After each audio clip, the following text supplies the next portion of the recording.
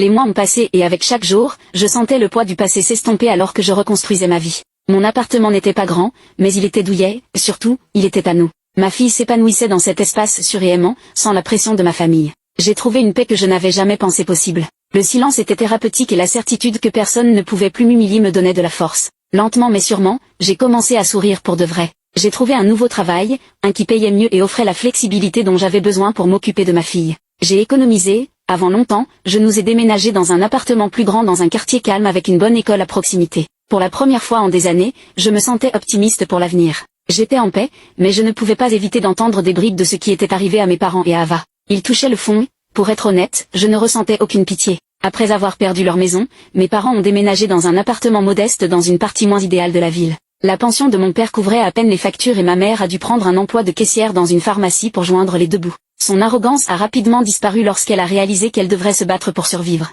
Quant à Ava, les choses étaient encore pires. Sans le luxe et le soutien qu'elle attendait, elle a fait face à une dure réalité. Son mari n'a pas bien pris le stress d'être leur seul pourvoyeur et ils se disputaient constamment. Ava pensait que revenir aux États-Unis serait une bénédiction, mais elle a rapidement découvert que les choses ne seraient pas aussi faciles qu'elle l'imaginait. Avec mes parents en difficulté, Ava a dû s'occuper de son bébé toute seule et, sans surprise, après seulement quelques mois, son mari est parti. Elle a été abandonnée, tout comme moi. Mais la différence était qu'elle n'a jamais su comment être forte toute seule.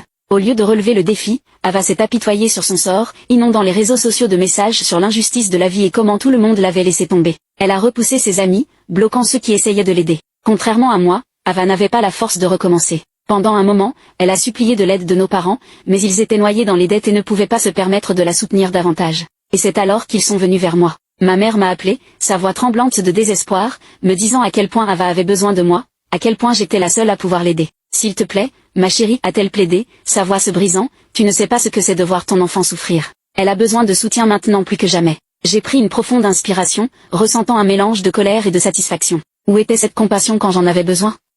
Où était cette préoccupation quand ils m'ont jeté dehors, moi et ma fille?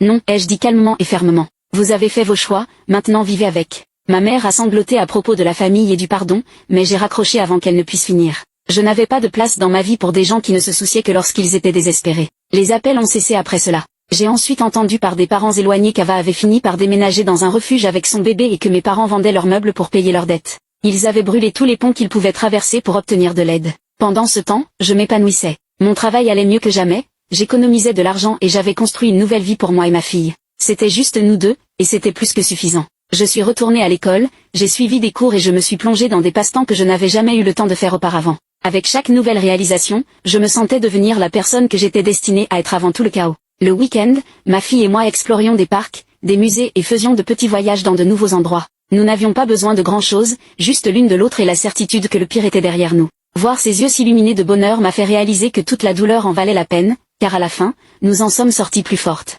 Parfois, je réfléchissais au passé, mais pas avec tristesse ou colère. Au lieu de cela, je me sentais reconnaissante. Reconnaissante qu'il m'ait mise à la porte, car cela m'a forcé à découvrir ma propre force. Reconnaissante pour les trahisons, car elles m'ont appris à ne jamais me contenter de moins que ce que je mérite. Et surtout, reconnaissante d'avoir trouvé le courage de laisser derrière moi ceux qui ne m'ont jamais valorisé. Ava, mes parents et tous ceux qui m'ont fait du tort luttaient maintenant pour survivre, tandis que je m'épanouissais. Et moi, je ne leur ai pas offert une seule miette d'aide, pas même un poli « je suis désolé ». La vie a une façon amusante de rendre la monnaie de leurs pièces aux gens, et j'ai appris que la meilleure vengeance est de vivre bien et en paix.